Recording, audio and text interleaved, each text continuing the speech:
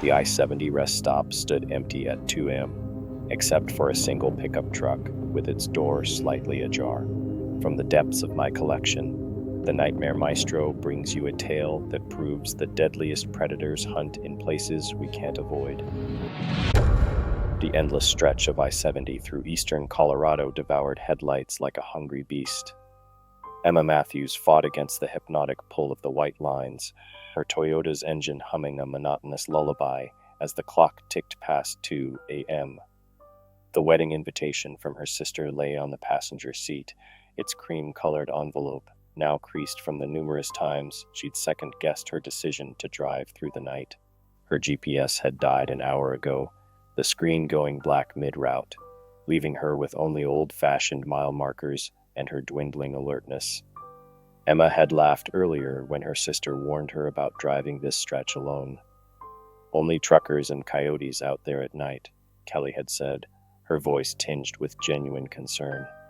"At least let me track your phone." But Emma had waved off the worry, confident in her plan to avoid the scorching summer heat and endless convoys of semis that ruled these plains by day. Now, as random memories of highway horror stories surfaced in her tired mind, that confidence felt like naive bravado. Her phone showed no service hadn't for the past 60 miles. The vast prairie silence pressed against her windows, broken only by the occasional rush of passing trucks, their wind wake rocking her sedan like a reminder of her vehicle's vulnerability. A distinctive burgundy pickup truck caught her attention as it passed, moving fast enough to register mainly as a blur of color. Something about its aggressive speed sent a shiver down her spine.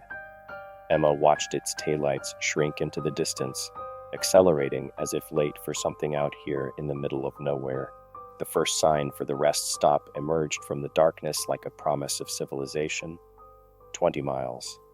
Emma's bladder had been protesting for the last hour, her travel mug of coffee now reduced to cold dregs.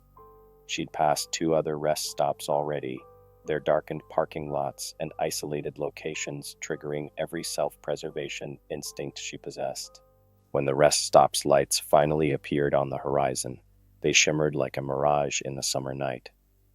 Emma's hands tightened on the steering wheel as she noticed a familiar burgundy pickup parked near the restroom building, its presence transforming the promise of relief into something more ominous. Its windows were dark, but somehow didn't look empty, more like eyes waiting to open. Emma pulled into the lot, positioning her car facing the exit, an old habit from her college days in downtown Denver. The pickup truck commanded attention, its burgundy paint turned almost black in the shadows. A seasoned predator waiting in plain sight. Something about its placement struck her as deliberate, angled perfectly to observe both the restroom entrance and the highway approach. The fluorescent lights above the restroom buzzed, their harsh glow creating stark shadows that danced and shifted with each passing moth. Emma's training as a social worker had taught her to trust her instincts about dangerous situations. Right now, those instincts were screaming. She counted 3 security cameras on the building's exterior, all pointing uselessly at empty corners, leaving the parking lot in their blind spots. Her eyes swept over the pickup truck again as she gathered her essentials. Through the cracked driver's window, she caught glimpses of its interior. A spotless dashboard, a perfectly aligned rearview mirror, a collection of air fresheners that seemed excessive for a working vehicle. Everything about it spoke of meticulous preparation rather than casual use. The truck's bed contained a toolbox and tarps, ordinary things that took on sinister implications in this context. One tarp lay folded with military precision, its edges squared away like it had been measured and cut to exact specifications. The toolbox bore no scratches or dents, not the well-worn equipment of a working man, but something kept pristine for other purposes. Emma gripped her keys between her knuckles, phone clutched in her other hand despite its useless no-service display. Each step across the parking lot echoed unnaturally in the prairie silence. The restroom door protested with a metallic groan that made her wince, the sound carrying across the empty lot like a dinner bell. The fluorescent lights inside flickered reluctantly to life, revealing 4 stalls against the back wall. One door was closed. The gap beneath it had been modified, cut higher than normal, almost a foot off the ground. A pair of worn work boots stood perfectly still behind it, toes pointed directly at the entrance with unnatural precision. Their positioning suggested practice, experience like a routine perfected over countless nights and countless rest stops. Emma's throat tightened as her mind connected the dots. The meticulously maintained truck, the modified stall door, the strategic camera blind spots. None of this was random. She stood frozen between the silent watcher and the empty parking lot, understanding with horrible clarity that she was seeing only the visible parts of a much larger pattern. A single drop from the leaky faucet shattered the silence, its echo measuring out the endless seconds like a metronome. Emma's muscles tensed as she processed subtle details her mind had initially skipped over the fresh sawdust near the stall's base, the lack of scuff marks around the boots despite their worn appearance, the way the overhead light created a perfect shadow-free viewing angle from inside the stall. The boots shifted slightly, leather creaking with deliberate slowness. Their movement wasn't the startled adjustment of someone realizing they'd been noticed, but the calculated repositioning of a hunter preparing to strike.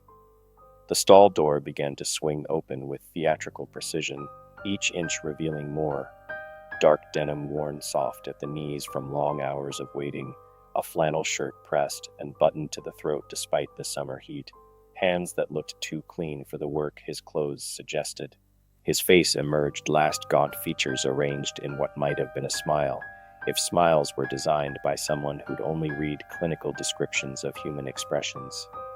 His eyes resembled holes punched in a paper mask, dark and hungry, taking in every detail of her appearance with practiced assessment. When he spoke, his voice carried the flat calm of someone who'd rehearsed this moment countless times. Rest stops can be so unsafe at night. Let me walk you back to your car. Emma's instincts screamed as she noticed his stance, weight centered, hands loose and ready, body angled to cut off her route to the door. He took one step forward, his boots scraping against the tile with a sound like fingernails on bone.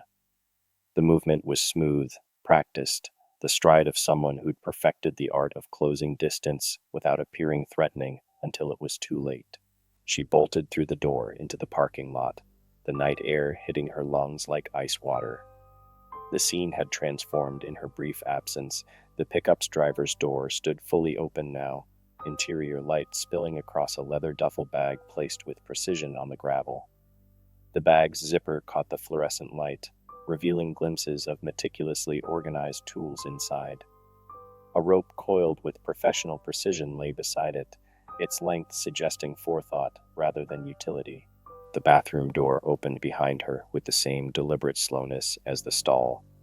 His footsteps crunched across the gravel in an unhurried rhythm, each step measured to gradually close the distance while prolonging her mounting terror. His shadow stretched before him like an advanced scout, reaching for her with elongated fingers as he spoke again. These highways are so dangerous at night, full of predators. Let me help you stay safe. Emma's sedan roared to life, tires spitting gravel in a desperate bid for escape. Through her windshield, the man watched her retreat with the patient satisfaction of someone who'd seen this scene play out before. His posture remained relaxed, one hand resting on his truck's open door, while the other gripped something metallic that caught the fluorescent light. He made no move to pursue, immediately a hunter confident in his chosen killing ground. Only when she reached the highway did Emma release her held breath, hands trembling on the steering wheel as she accelerated east. The speedometer climbed past 80, then 90, her small car straining against its own limitations. The rearview mirror showed only darkness at first, the rest stop shrinking into the night like a bad dream trying to fade. Then headlights appeared, growing larger with calculated speed. The burgundy pickup emerged from the darkness like a ghost ship materializing from fog, its approach methodical rather than rushed. Emma's heart sank as she realized he wasn't just chasing her, he was hurting her, maintaining the perfect distance to prevent her from slowing or turning around. Each time she accelerated, the truck matched her speed with mechanical precision. Without warning, his high beams flashed on, flooding her car with blinding light. The sudden illumination transformed her sedan into a fishbowl, exposing her every movement while concealing his. She caught glimpses of his face in her rearview mirror, that same empty smile, those hollow eyes now alive with terrible purpose. He was enjoying this part, she realized. The pursuit was as much ritual as hunt. The truck suddenly swerved into the oncoming lane, accelerating alongside her with practiced ease. Emma saw his hands on the steering wheel, positioned exactly at 10, and 2, not the grip of someone driving recklessly, but the precise control of a man who turned highway pursuit into an art form. His window lowered with deliberate slowness, the electric were carrying clearly between their vehicles. He turned to face her fully, raising something that caught the light of a passing mile marker, a heavy wrench, its surface stained with dark patches that spoke of previous encounters. His voice cut through the wind noise, still maintaining that unnaturally calm tone. "Your front wheel is wobbling. I noticed it back at the rest stop. Let me help you fix it. I've helped so many others on these dangerous nights." Survival crystallized into pure instinct. Emma slammed her brakes, the sedan's tires screaming against asphalt as the pickup shot past her. The sudden maneuver sent her car into a controlled skid, a defensive driving technique she'd learned years ago, but never expected to need. Her pursuer's reaction revealed volumes. Instead of braking immediately, he accelerated slightly before turning, using the momentum to swing his truck in a precise arc across both lanes. Not the panicked response of an opportunistic predator, but the smooth countermove of someone who'd played this game before. Through the windshield, she watched his brake lights flare like warning signals. The truck came to rest at a calculated angle, blocking most of the highway while leaving just enough space to suggest escape, a trap designed to force her choice. In her headlights' glare, she caught a glimpse of his face as he emerged from the cab. That clinical smile had transformed into something hungrier, more genuine. This was the moment he truly came alive. The wrench swung lazily in his grip as he approached, each step measured to maximize her fear. His boots scraped against the asphalt in a rhythm that suggested patience born of experience. This was no improvised assault. It was a performance refined through countless similar nights on countless similar highways. Emma's headlights caught something that made her blood freeze. A small collection of keychains hanging from his belt, glinting like trophies. Her mind raced through escape scenarios, recognizing that both options he'd left her, the blocked highway ahead and the empty road behind, were calculated to serve his purpose. But there was a third choice. A dirt access road cutting between wheat fields to her right, its entrance barely visible in the darkness. The man's expression flickered as she wrenched her steering wheel hard, launching her car onto the unpaved path. It wasn't surprise she saw, but something closer to approval, the look of a teacher whose student had discovered an unexpected solution. The dirt road twisted through the fields like a serpent's path, each turn chosen by someone who understood the value of isolation. The pickup's engine roared to life behind her, its headlights cutting through her dust cloud with practiced precision. He navigated the rough terrain with familiar ease, matching her turns without hesitation. The road ahead split into a Y intersection, both paths disappearing into darkness. Emma realized with growing horror that either choice could be a trap. These back roads were his territory, each fork and turn potentially leading to a dead end he'd used before. Emma's sedan bounced violently as she chose the left path, her headlights revealing the cruel truth. The road deteriorated into a rutted field entrance, ending at a weathered barn that loomed against the starlit sky. The structure stood like a sentinel at the edge of the wheat field, its weathered walls holding decades of secrets. Not a random building, she realized with growing dread, but a landmark he knew well. The pickup's engine growled closer, its headlights sweeping the area in practiced patterns that left no shadow unexplored. Emma cut her lights and swung behind the barn, killing her engine. The darkness pressed against her windows as she slid down in her seat, mind racing to process the details she'd observed. His movements weren't those of someone exploring new territory, they were the confident sweeps of a predator who knew every inch of his hunting ground. The crunch of his boots on gravel carried a measured rhythm, each step placed with deliberate precision. The wrench scraped against the barn's wooden wall, not the random dragging of a weapon, but a methodical marking of distance. Through her windshield, Emma caught glimpses of his shadow moving between gaps in the barn's weathered boards.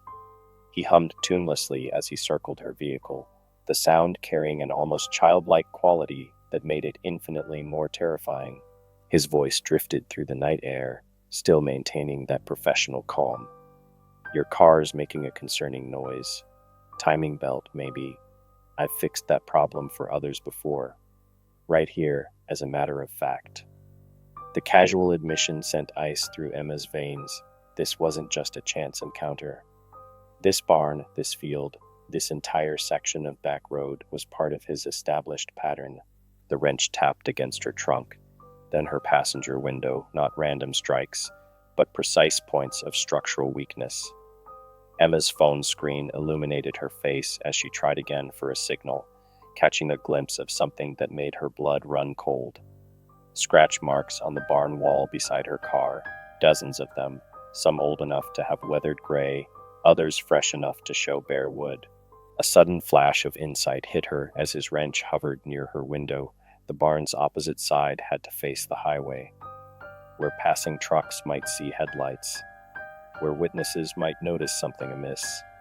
Her key was in the ignition when the wrench finally struck, spider webbing her passenger window with calculated force. But Emma was already moving, engine roaring to life as she accelerated around the barn's far side. The fluorescent glare of the Burlington truck stop felt like salvation, its busy parking lot pulsing with early morning life. Emma's hands trembled as she dialed 911, her voice cracking as she tried to explain what had happened. 2 state patrol cruisers arrived within minutes, their red and blue lights painting the pre-dawn darkness in competing shadows. The older of the 2 officers, Sergeant Martinez, took her statement with a gravity that suggested more than routine interest. His weathered face remained professionally neutral until she described the modified bathroom stall. Then something shifted in his expression recognition, followed by a carefully masked concern. When she mentioned the keychains on the man's belt, Martinez exchanged a loaded glance with his partner. He pulled out a tablet, his fingers moving with grim purpose.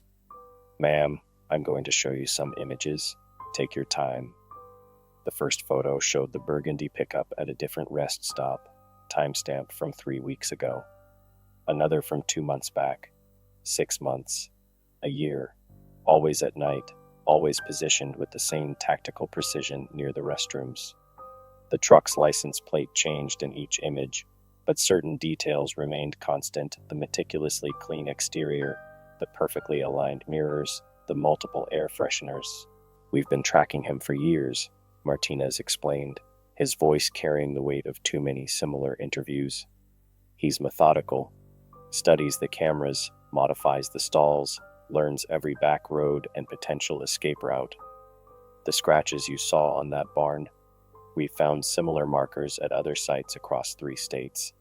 Some women escape like you did, others—" He let the sentence hang, his hand unconsciously touching his holstered weapon. The photos kept coming. Modified stall doors from rest stops across the Midwest, each cut to the same precise height. Aerial views of remote barns and abandoned structures, all positioned near strategic highway access points.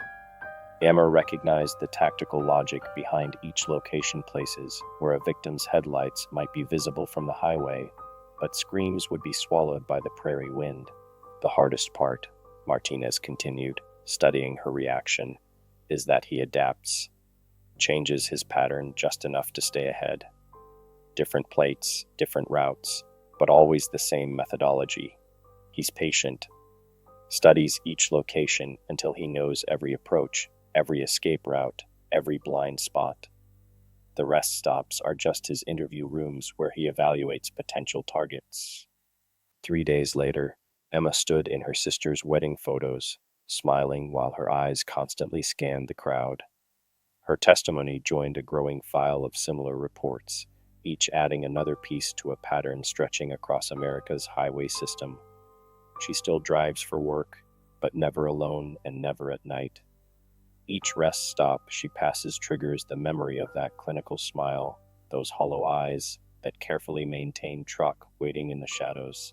Martinez's final words haunt her darkest thoughts.